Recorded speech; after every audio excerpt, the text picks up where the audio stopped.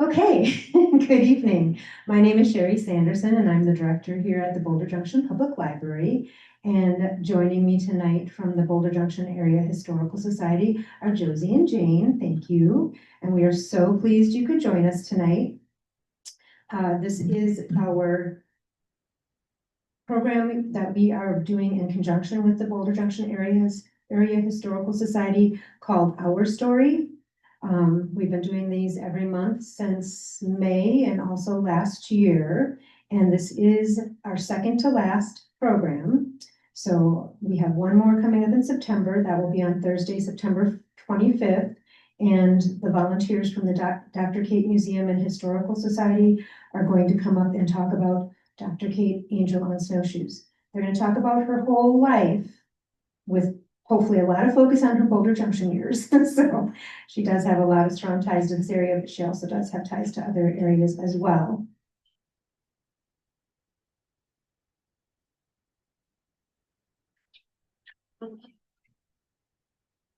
Technology is not a friend. Now tonight we're going to be doing something completely different. Flying by the seat of our pants, so to speak. Both Josie and I and Wendy and Mary serve on the Centennial Committee. So if you haven't heard about it yet, the Town of Boulder Junction formed a Centennial Committee to get started planning for the 2027 Town of Boulder Junction big 100-year celebration. And we started meeting last year. And it's amazing how you think you have all these years to plan and implement, and then the clock starts ticking.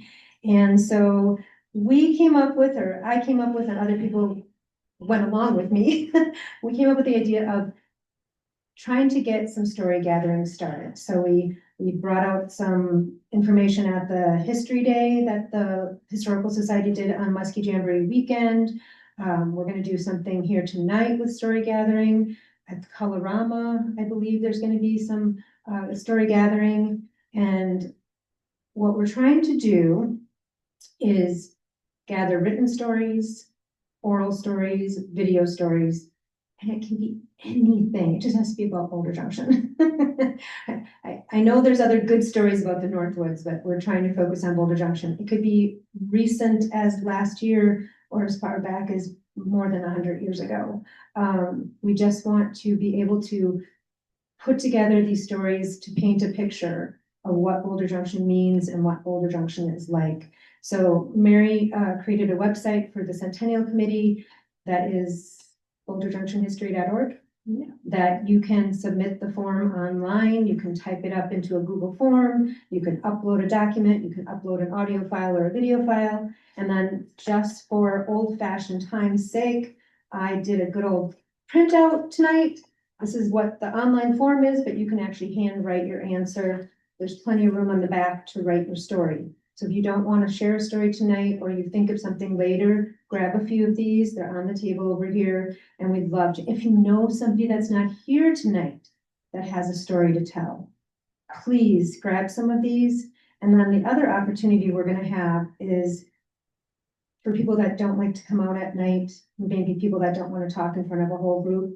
We will try to be doing some one-on-one interviews, arranging some times where we can meet with people, have a phone recorder or a video recorder, or just help them write their story out for us to submit. In the very long run, not that long from now, but longer than right now, we are going to be having a historical booklet as part of the Centennial. So that historical booklet will be like a commemorative booklet that is just for the Centennial, that has these stories in it, has new photographs in it, photographs that maybe you haven't seen already in the history books, and be something really special for just for 2027. So what we put on the website is going to live there forever. So that will be something that no matter where you live or where you are, what time of the day or night it is, you can open that up and read or look at those stories. And then we'll also have the commemorative booklet, and who knows what else we'll come up with. There's so many great ideas for what we can do with this. Now, this is just a very small part of our Centennial celebration. So you guys are the first, I think, to hear all of this. I don't think we've shared all of this yet. So you guys are the first to hear about the plans we have. So We're talking about an art installation, we're talking about a historical marker, special logo merchandise, so a Centennial logo that you can buy a cap or a shirt or a patch or a pin, some special events. So some of these are pretty much set in stone now. No going back, in other words, our committee's saying. So March 20th, 2027 is going to be our big 100th birthday party for our locals to take part in. Then on Memorial Day weekend, we're going to do some kind of official Centennial ceremony and celebration kickoff. That's being fleshed out still, what day, what time. July 3rd, which is 4th of July weekend, we're going to have a historical performance, something that Mary and Susie Gobier are going to be working on, possibly at the site of the new station next to the Boulder Beer Bar. On the Muskie Jamboree weekend in 2027, it's going to be the 70th Muskie Jamboree. So we of course have to do something big for that weekend. Bringing back maybe some retro aspects, but also doing big stuff, maybe bringing back the parade, fun stuff. And then on August 7th, that is the day that we always have the Historical Society's History Day. So we'll again have History Day, but focus on the 100-year celebration at that History Day. And then on Saturday, September 4th, we are going to be working with the Northern Waters Genealogical Society to present a cemetery walk. It's also called Stories Beneath the Stones. And we will have actors at grave sites acting and talking and telling stories dressed as that person. So one person will probably be Dr. Kate, Ma Haig, forgetting all the names. Joe Stilasky. So we're choosing people that we didn't do in the last cemetery walk necessarily, but there will be people standing there. I am this person telling stories. And then we're also going to have some kind of banner, flyer, something at other grave markers telling stories about other people in the cemetery, not just the 6 that we have actors representing. So we're very excited about that. We're glad that that's 2 years away because that's a lot of planning as well. But we do have the Northern Waters Genealogical Society helping us. They've done 3 of these, I think. So they're really good at this. So I just wanted to point out that we have a lot of fun stuff planned. It's not just about the story gathering, but the story gathering is really the way we tell the story of why it is such a big deal to celebrate 100 years of Boulder Junction and what it means to people as we celebrate that 100 years. And just want to do a little something before we keep going. Since we are going to be talking about our history, we'd be remiss to mention our first inhabitants that go all the way back to the 1800s, possibly even earlier than that. And because we're talking about that, I would like to acknowledge that we are speaking to you from the lands of the Anishinaabe or Ojibwe indigenous people of Wisconsin. These lands were ceded to the U.S. government in the treaties of 1836, 1837, 1842, and 1854. These lands are now the location of 6 federally recognized Ojibwe tribes and where they exercise treaty rights to hunt, fish, and gather in ceded territories. Nearest to us is the federally recognized tribal community of Lac du Flambeau Band of Lake Superior Chippewa Indians. The Boulder Junction Public Library would like to acknowledge the historical and contemporary relationships with the Ojibwe people, descendants, and members from other tribes living in our area, as well as our diverse communities here. We would like to recognize and support the resilience and strength of Indigenous people. We express our gratitude for the homelands we reside on and for the opportunity to gain knowledge from and collaborate with First Nations people in Wisconsin. So I just wanted to, before we start sharing stories, I'm warming you all up, giving you time to think. What are you gonna tell? What are you gonna share? I'm giving you some time. So I just kind of started to throw out some slides as I was going through the history book of what really was our heritage before 1927. So when we say we're celebrating 100 years, it's really more than 100 years. That's just 100 years as officially the town of Boulder Junction. So we started with the logging era. Then we went into the railroad development. Some of these overlap. Sorry. Then came the tourists. And I had that slide and then I said, but that's not all. The tourists who then became retirees. Because a lot of people up here did not start out here with their family growing up here. They came because somebody in their family was a tourist and fell in love with the area and wanted to come back and live here someday. And make it their final home, I like to say. And I want to read, I'm not going to read too much of this. Again, you're still thinking about your stories. You're still getting ready. Get ready to share. I have looked at this history book, I don't know how many times. I mean, it's the history book that the library sold to make enough money to build this new library. I mean, they saved up all the proceeds from this book for years and years and years. And they kept saying, what are we going to do with it? And I kept saying, set it aside, hold on to it, put it in savings. And we were able to put a chunk of that change into all of our furnishings and things that we put in this brand new library. So this history book has been very important to me. I do think dollar signs in my head when I see it, of course, but I have never truly read it from cover to cover. I usually just use it as a research vehicle and I want to look something up and I look it up. So I realized when I was doing some of this presentation, there's this 2-page spread that Shirley Doolittle, I keep getting the first book and the second book mixed up. Shirley Doolittle wrote that had some wonderful words. I mean, just inspiring words. So I'm not going to read, this is a 2-page, very full spread. I'm not going to read that. You guys did not come here for that, but I am going to read 3 different paragraphs that I think are just awesome. The settlers who nurtured the development of Boulder Junction were unusual people.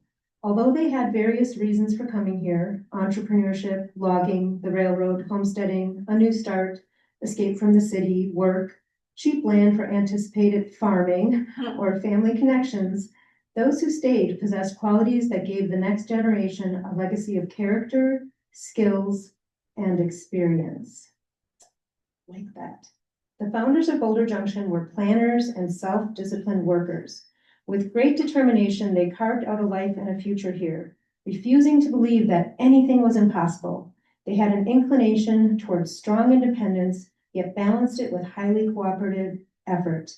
Early residents demonstrated immense creative practicality in solving daily problems, but always tempered with astute long-range vision. With their get-it-done mentality, they made their dreams into reality for themselves, their families, their community, and posterity.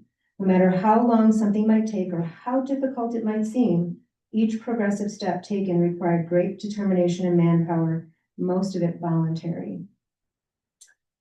And the arrival of many new families after 1917 transformed Boulder Junction from its small beginnings to a community that was moving steadily forward.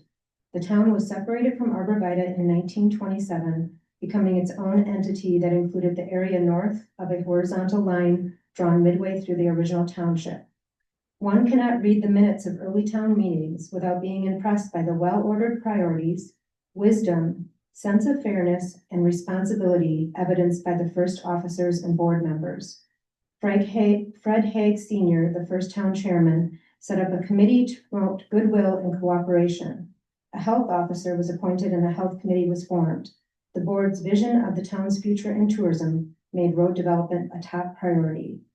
So I just wanted to include that before we go further, because I just think that sets quite a stage for how you take a bunch of logging land and a railroad and all this mismatch, and it someday becomes what we're sitting on right now. It's an incredible thing.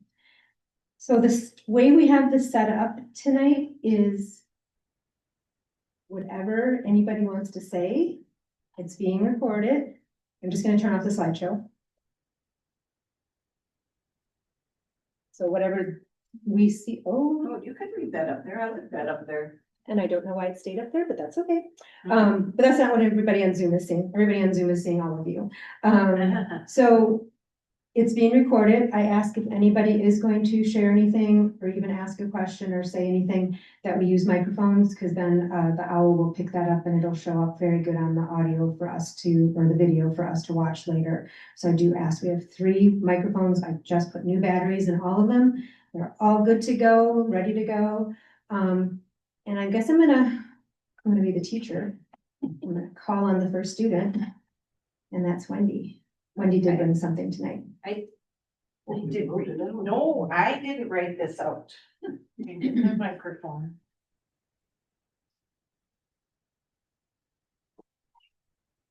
So I didn't write this out. My uncle Hank, who is, he would be the guy in the white shirt in the front row, the fourth one in, I think is my uncle Hank. He came to this country, in 1918 with my grandma and grandpa.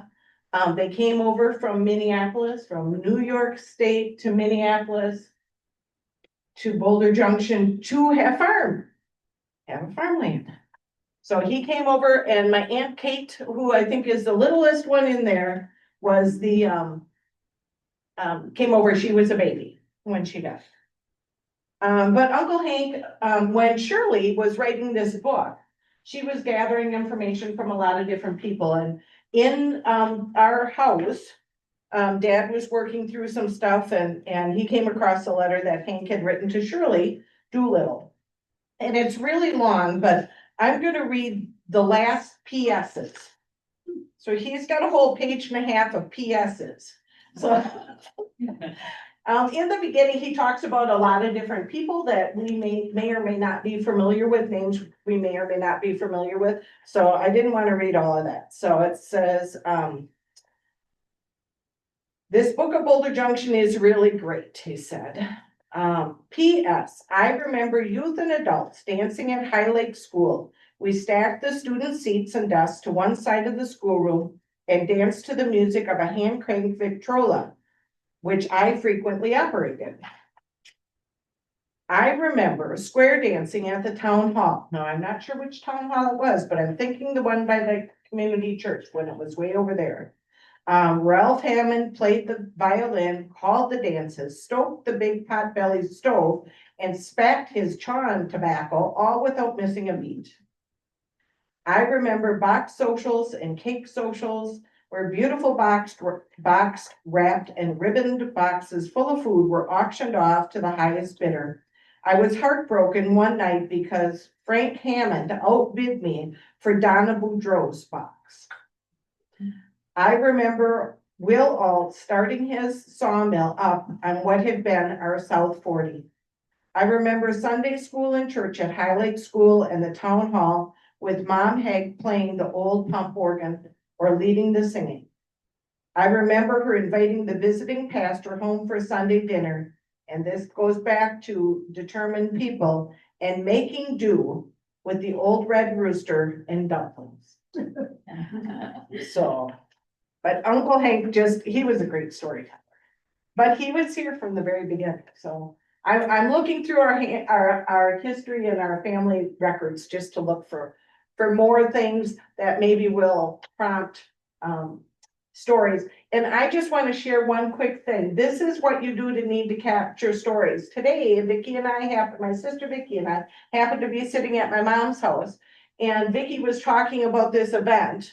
And she said, Vicki says, I haven't heard the stories like you've told Wendy. Can you tell me something? And I shot out of the bedroom where I was working on something else and turned my phone on so I could record the story. Sometimes that's how you need to capture your family stories. Just saying, those things would work lovely in this whole system.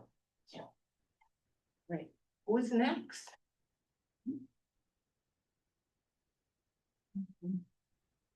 Wherever you are.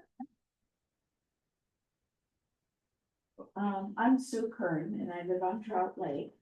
My grandfather, Ted Kern. Ted Kern was originally from Milwaukee, and he came up and bought this one side of the lake, of Trout Lake, in 1925. And he started building, and they got maybe halfway through in the building of the cottage and realized that they were on state property. Well, they said, you may stay here for 99 years. And then you'll have to get off it, or else you may move the cottage on the lake to your designated property. Well, thank goodness Grandpa decided to move it on a barge, and I believe the last name was Engstrom.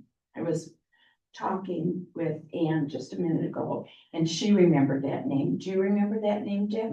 Okay, the Engstroms were the ones who moved the cottage on a barge to where it is now.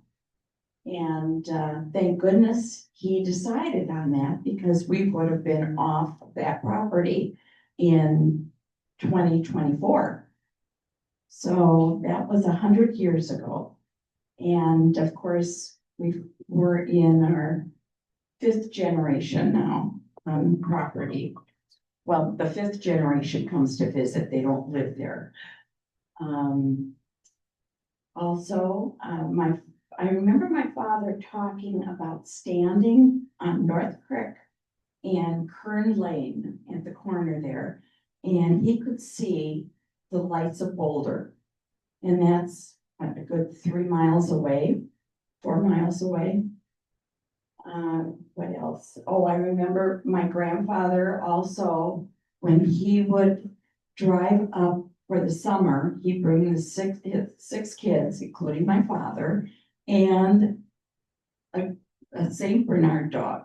The Saint Bernard would be on the running board with one of those gates that keep it, in place. And they would drive from Milwaukee up to Minocqua, and they would spend the night at, I think it was called the Heritage House. It's where the lawyer Dan Strobel used to be. The red building, it used to be near Bosaki's, the boathouse. They would spend the night there. It was a boarding house at the time. And then the next morning, they would finish up the trip to Trout Lake. And I also have a letter that my grandmother had written to my grandpa down in Milwaukee. Grandpa had filling stations, and so he would work in the filling stations, and then he'd come up maybe 3 or 4 days out of the week. And in the letter, my grandmother talks about buying 14 quarts of milk in Boulder for $1.68. So things have changed a bit. Can't think of any other, there are plenty of other stories. And right now I can't think of them. So, anybody else? Mary? 2 teachers. Mm-hmm. My name is Mary Melrose. I used to think that up north ended at Merrill. I had no idea it continued. I was born in Merrill. I lived there my first 2 years. Then as the years went on, my grandparents would take us up to Land O'Lakes, 3 Lakes, Tomahawk, and that was about as far as we went. When we were younger, my brothers and sisters and I, there were 2 boys and then 2 girls after me. We would stay with our grandparents in Merrill. One year, the 3 younger ones were under 4. They got chickenpox. That was the last time we stayed with our grandparents. After that, we could stay in a cottage in Tomahawk or outside Merrill, but we never came north. Okay, fast forward many years, and in the early mid-70s, we had neighbors who had a resort in Winchester. I was a teacher. I couldn't wait for a certain day in June to say, I need to be gone. I need to be somewhere else. Okay, we went up to Winchester for 2 years, had wonderful times, but we were in housekeeping, just like it was when we were kids. That was not a vacation for the mother of 5.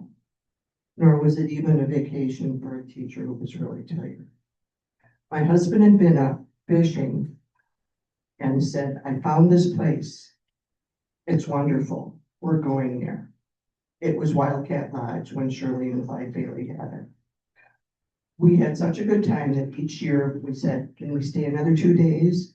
Can we stay another 3 days? You know, we check the accounts and go, yes, you can do that. So then one year we said to Clyde, we would really like to start looking around for a place who's a good real estate person. If you knew Clyde, you would say, why would you want to do that? You can stay here. Well, you could stay there for about 2 weeks. If you had your own place, you could probably stay longer. So we looked around and we waited 3 years and the prices went like this. And we finally found a little place. We didn't want a 1-bedroom house. We didn't want only a shower. We wanted a full bath.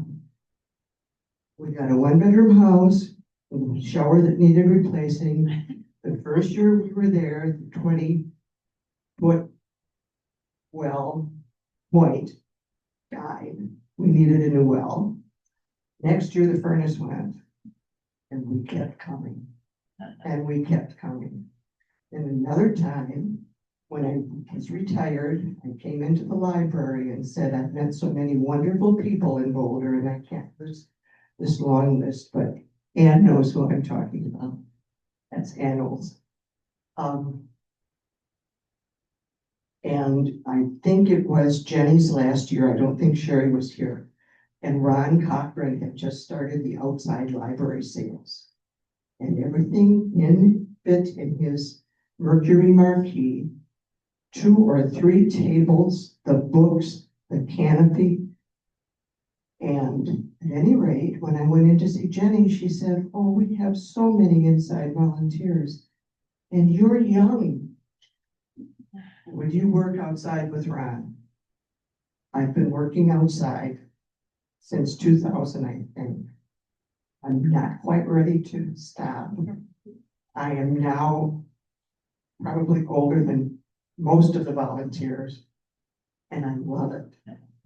And my heart is always in Boulder. It stops in Merrill because my parents are there, my husband is there. But as long as I can come up, I'm coming up. Thank you for listening.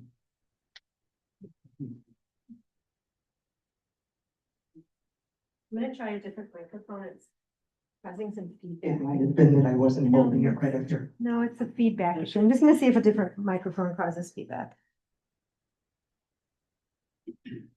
So what was happening is because that speaker up there was causing feedback, it was looking at that area So instead of shove it at over you. there. Yeah, okay. Yeah.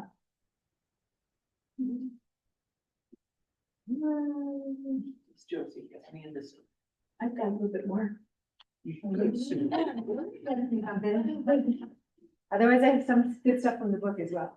I forgot to mention, my grandfather's brother was named John Kern. And he was, I think he was a town chairman a few years back. And he also had Kern's Eat. Kern's Eat was a little cafe. It's where No Boundaries is now. And right next to it was the post office, itty bitty. And I remember going to Uncle John's, Kern's Eat, and we'd get hot fudge sundaes, and they were like 35 cents. They were the best hot fudge sundaes, and the hamburgers and the French fries were delicious. 1 scoop of ice cream on a cone was 8 cents, I remember, and a double was 15 cents. And I remember walking to town when we were kids, and we would walk all the way from Trout Lake into town, which was 4 miles.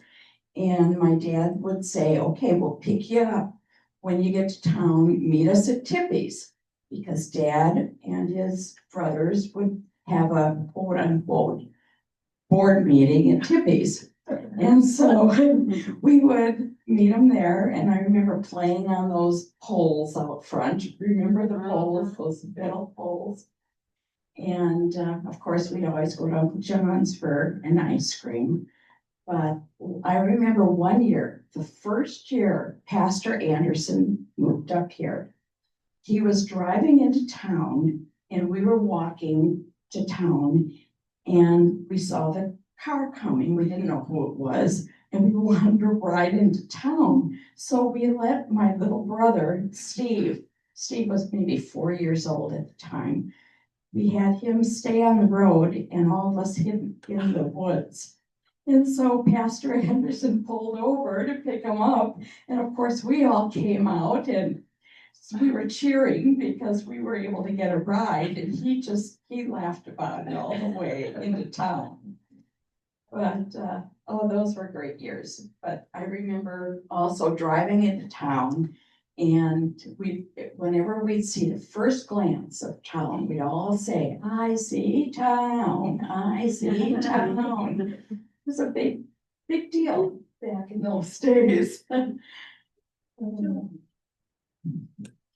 that just reminded me of something. Actually, you don't need to give me that, I have this.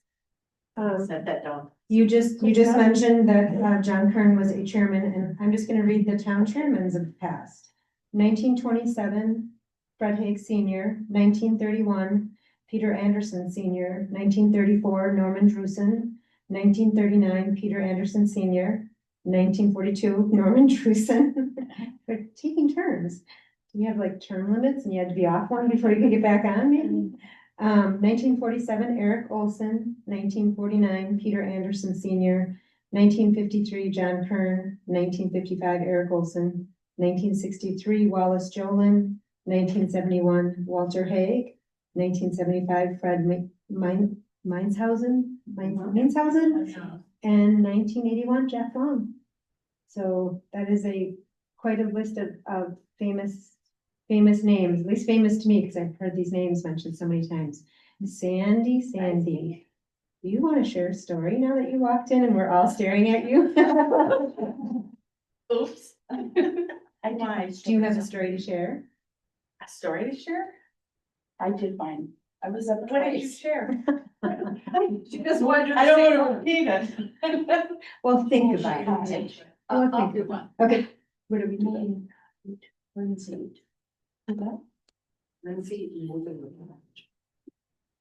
East Creek. I'm Ann Brower. Sue inspired me because we were chatting a little bit. It's got some similar stories. So my grandfather, And my grandfather came up here in 1917. He, along with Charles Nash, and I just learned the other day, Judy Techmeyer, who's the executive director of Camp Manitowish, her grandfather, were on the board of the Wisconsin YMCA. And they had a camp in Lake Geneva, but they were looking for a boys' camp up here for the Northwoods experience.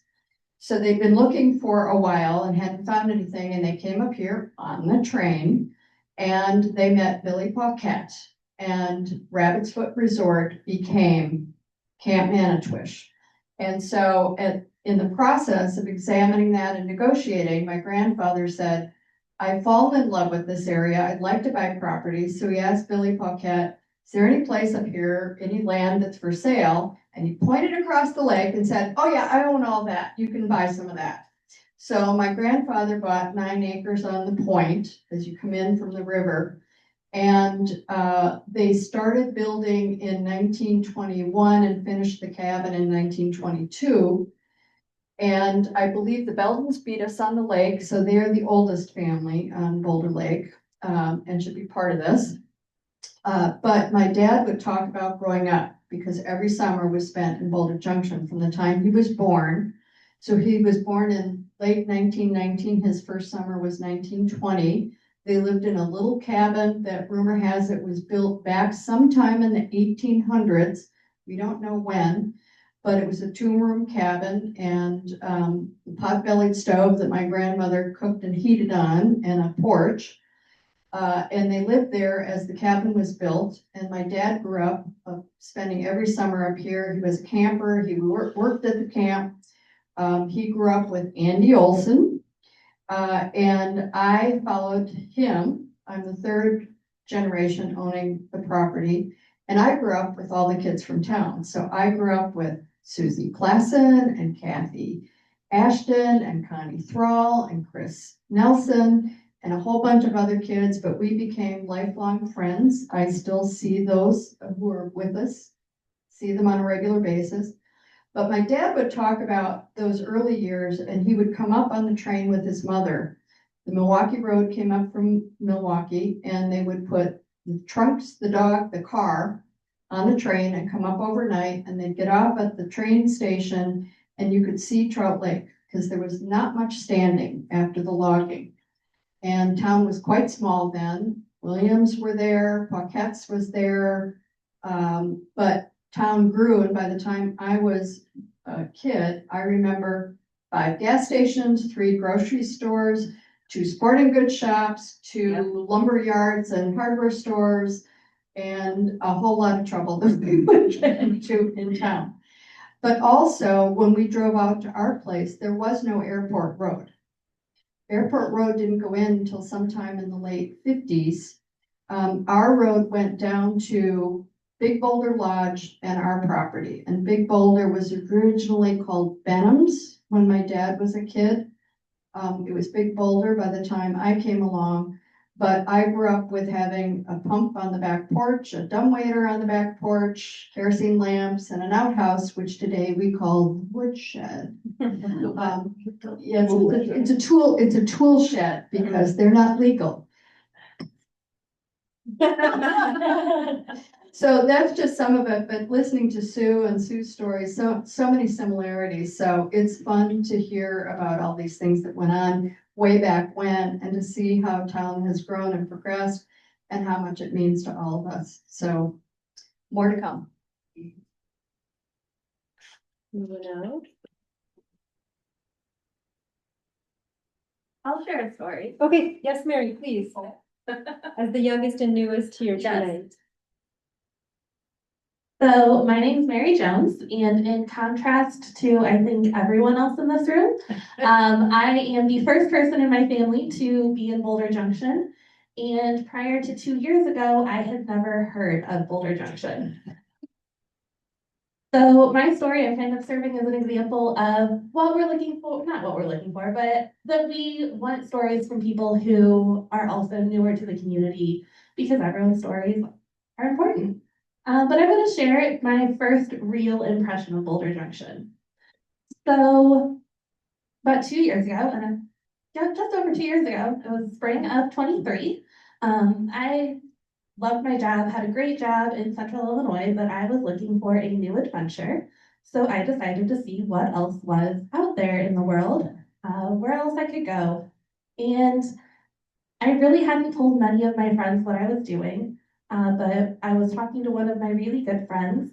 It was May of 2023, and I had just accepted a Zoom interview for the chamber director position here.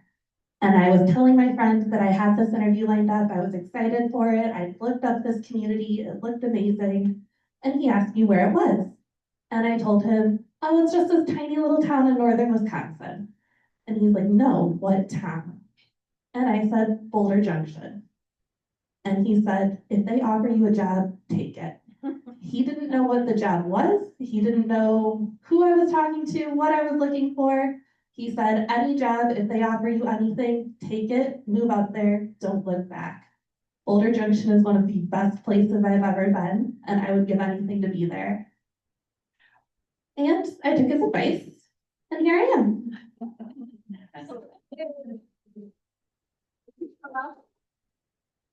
Is he the person that comes up here? No, he did help me move up here. Yeah. He drove the U-Haul. Thank goodness, because I would not have been able to. But he's actually living in Grand Cayman now. That's a change. Yeah, it's warm.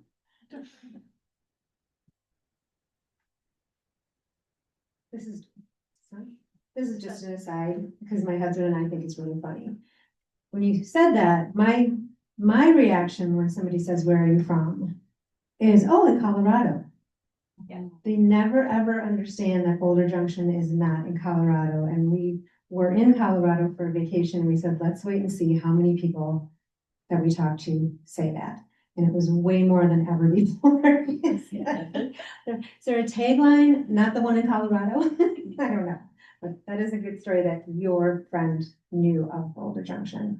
So I'm gonna share my story. I was waiting to make sure that everybody was having a chance, but does anybody remember the TV show Northern Exposure that was set in Sicily, Alaska? Yeah.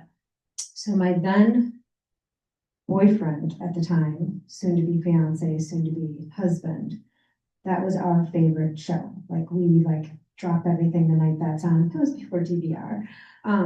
Drop everything. We have to watch that show. That and Picket Fences. I think they were back to back. I think Picket Fences, which is how we named our son Zach, and Northern Exposure.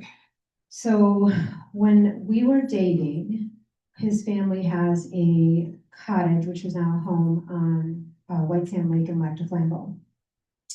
And I had only visited there a couple times, fell in love with the Northwoods, but I had already been in Eagle River and Phelps and Privets and some other Northwoods towns, so I knew what Northwoods towns were like. I thought I knew what Northwoods towns were like. So we were in Lac du Flambeau, and one morning it was like, okay, everybody get up, let's get going. We got to go to Boulder Junction for breakfast. You're driving 30 miles away for breakfast?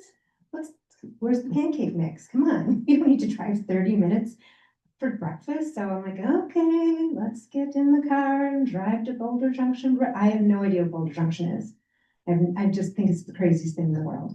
So we get to the Outdoorsman and have one of the best breakfasts I have ever had in my life, with the friendliest waitresses and the coolest atmosphere. And then I'm looking out the window and I'm watching people walk up and down the street, and I'm looking at some of the stores, and I nudge my husband and I'm like, are we in Sicily, Alaska?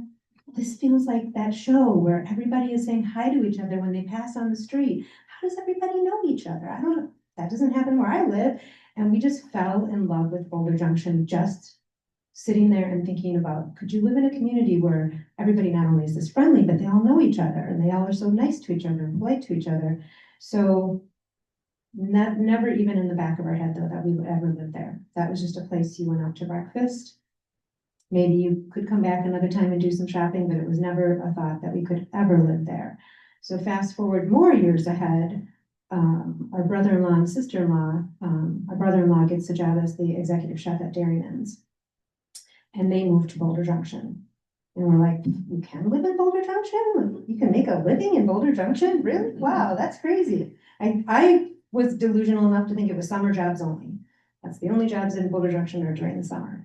So we started visiting them up here and really getting to know the community. And I would say the biggest turning point from there that made us think maybe we could live here is we went to the Cornstalk Carnival at North Lakeland. And we're just blown away by what a small school is like, such a caring community where everybody knows each other and takes care of each other's kids. And you never have to worry that you didn't have eyes on your kids, because there's all these other moms that all have eyes on your kids for you. And within 3 or 4 years, maybe, we figured out a way to move here. So it went from a breakfast at the Outdoorsman to living here now for 26 years. So that's my Boulder Junction story. Somebody else. That was my falling in love with my husband and Boulder Junction. The TV show starts next week. We still have that series in the library. Anyone else? So, as I said earlier. I'll just share one Okay. story about a kid growing up here.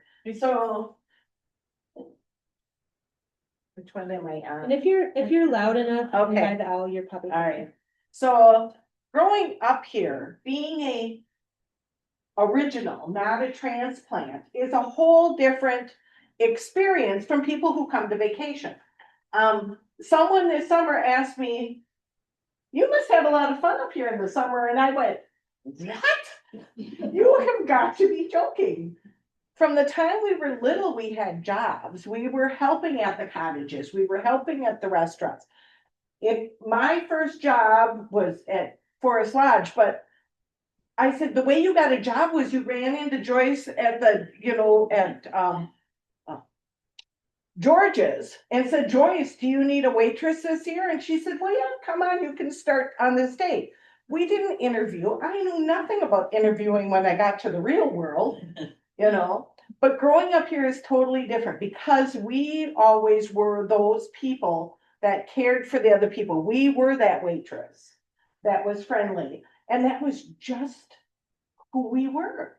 That's just what we did. That's just how we lived. There wasn't a choice or an option, or even I think an inkling that we have to adjust our mannerisms or our way of life in order to fit this. That's just who we were. And so it's way different. When I listen, I love that people adopted Boulder Junction. I love that people came up and allowed the tourist, business, and allowed me to get to meet so many neat people and have all these relationships. But it just was really different. You guys all went home, or all the tourists all went home.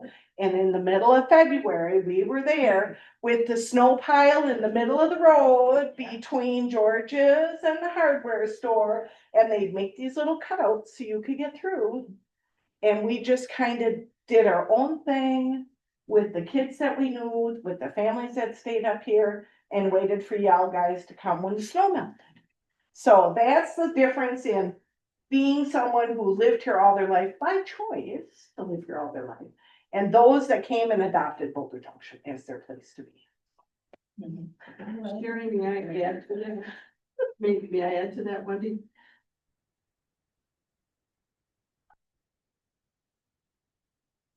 One of the most exciting days of my life is to tell you how boring I am.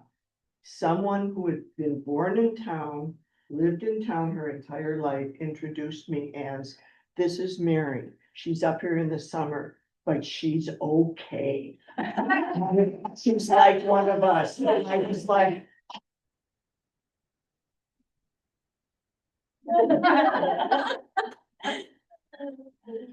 absolutely, yeah. It's just like, I was in tears. So I did have a conversation with somebody tonight. I've already forgotten which person it was. We videotaped our program last year about the early fishing days. And we did get some of the interviews with the guides. So everybody was very sad to hear that Swanson, thank you. Gosh, that Tom Swanson had passed away suddenly, and he was interviewed in that. And I'm going to talk to Mary about trying to figure out how to snippet out that interview and pull that out as an aside. And there was a few other guides that did a great job telling stories. So those are, as well, they are stories as well, even though they were specifically about fishing. Although if you think about it, that's a lot of what Boulder Junction is the fishing days. So any of the programs we have recorded, if we can find any stories within those programs, we can always snippet that out as well. And again, after tonight, there are multiple ways we can catch stories. So if you think of something afterwards, you can write it down and give it to us. You can submit it to our website. You can ask if you can come in and we can record you. We can use our phone to do an audio recording. We can use some equipment to do a video recording. You can do a nice, beautiful handwritten letter. We can do a typed up letter. There's all different ways we can do this in the future. Wendy's handing out stuff over there. I am the cheerleader. And we've been told there's a lot of people that couldn't come tonight because with it getting dark out earlier and not doing well after a certain time of night, that there's some of our more senior members of our community that we do want to try to interview on a different day during the daytime and get their stories as well. Bob Olson was into my library tonight, and he and Pam Belden were telling stories. Bob saw Pam's name tag and said, "Oh, you're a Belden," and got on a whole story about how was August Bob's grandpa? August and then Eric, is that the order? So I believe it was August built the Belden's cottage. Does that sound familiar, Boulder Lake person over there? So they had a whole reminiscing about how many cottages had been built and the fact that they're living now, moved up here full time and living in that cottage. And it lit up Bob's eyes to talk about how that legacy lives on, that his grandpa's gone, long gone, but that house is still there that he built. And so it was kind of cool. He wanted to tell us stories, but he didn't want to come stay here tonight late at night. So we're gonna try to get back to him and get some of his stories. So if you think of anyone else that you think should be in our storytelling, in our story gathering, please let us know. I know Josie already has some that she's collected over the years at the Historical Society. So it's not like we don't have enough, but I don't think that's ever enough when there's such a variety of different types of stories like what we've heard tonight. There's such a variety. And Sherry, if I can just add, Mary's story is an example of what we need. Because yeah, we're celebrating 100 years, but we need stories from all the generations and all the people that have been coming, because we make history every day. And I've been telling people, they're like, well, what do I tell? I said, well, what do you tell your friends when you're sitting around the campfire that they came up for the first time? What do you tell them? Or what do you tell them when you're at home to say, come on to Boulder Junction? What are those stories? Because we can look up the history. We can look up the chair people and who was postmaster and who bought what house when. We can't tell about that fishing trip when you were canoeing with your cousin and the idiot stood up and tipped you out of the boat and you lost the biggest fish you had. We don't have those stories. Those are the stories we want. We have to find Missy Drake's grandson's video. It's gotta be somewhere on YouTube still, and it was viral for a long time. He was kayaking with his cousins on the Manitowish. And I believe it was somewhere, possibly on the, from Dam Road to Boulder Lake. That's got not very many sandy spots to get out. And I remember, there's some spots you can get out and walk around, it's nice and sandy, and there's some spots that are, you don't wanna touch the bottom. And he fell out of the kayak. And his city boyness shone very loud, and he was screaming, he was carrying on, and anybody that was a Boulder Junction person would have been like, what is your problem? Because we get used to that. We've already fallen in at least once before, but I have to find that video because that's a true funny tale of how you get baptized kayaking in this area. Anything else?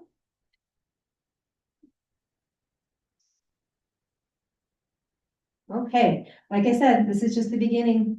We have lots of ways we're gonna keep generating these stories. I can't go back because that's on a different thing. We will be publicizing all of our Centennial events and special things that we're gonna do. Our committee meets once a month. We need more volunteers. I was waiting till the end to talk about the volunteers. We need more volunteers. Our planning committee, it has been enough people, 7 people, to get the ball rolling, and we formed work groups, and we've been doing a lot of research and a lot of planning, but once we get into the nitty gritty of, say, this birthday party, that's gonna take a lot of people to help coordinate. And once we get to the point of holding some of the other events, it's gonna take a lot of people. So there is a form over on the table. It's one that's on our website as well, so you can find the form on our website. I think the volunteer form's on our website, right? Yeah. Okay, sorry. So if you can volunteer any way, shape, or form, even though we keep saying it's not till 2027, all of it has to get done way before 2027. So if you want to help us, we have a list of the different areas and work groups that you might have your specialty of what you like to work on, and you can sign up to help with that. And then once we know you're on the list, when it's time to get into action, we can get a hold of you. So People may be curious about why we're having a birthday party in March when no one's here. Well, that's when we became a town. oh, should I So read it was it? in March. March 20th, 4th, 1927. So March that's 4th, why we're having the birthday party then. And we thought it's going to be small and intimate with just the regulars that, routinely, slog through the winter. We do want the city people, and that's why we're doing the one in Memorial Day weekend also. But we wanted to be able to celebrate the birthday. So yes, If you have the inclination and the ability to volunteer, wonderful. And if you want to voluntold somebody, you know somebody that should be on the list of volunteers, we'll take voluntold and reach out to them and ask them if they for sure want to help, because it's gonna take a lot more people. We've done a lot of work, but it's gonna take more work. And the other good news, this book, which as I said, built our library, we only have 10 left. So the history book's gonna be reprinted. So there's gonna be collector's editions, I'm gonna call them, because we're gonna have to charge more for them, because publishing costs have gone way up. Oh my goodness, I can't even believe the difference between when we printed this and what it now costs is insane. It won't be a book jacket, it'll just be a regular hardcover with a pretty cover on it. We will have to charge more because of the publishing cost coming up, but we are gonna reprint this and start selling a new version of it, with everything inside still the same. So we want to make sure, and then the Historical Society sells this is called the early years, yours is called the And the other one is the way we were. the way we were, that's right. Yeah, so that continues the story, and that you guys have enough, you're not running out, thank goodness.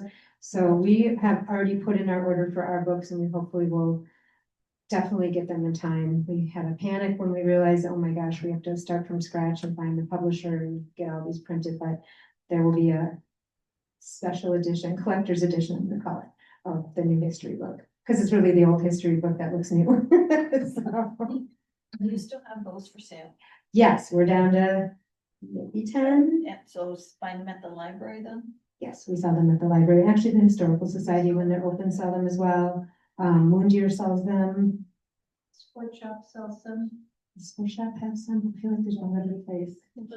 Chamber. The Chamber, thank you. I'm like, what is that one other place? The Chamber also sells them, so yes. So there's 10 left at the library, but there's some copies floating around town as well.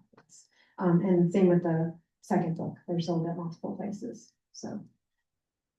Okay, well, I thank you all so much for coming, and we keep talking about stories, but we also need photos. So new photos, old photos, all kinds of photos.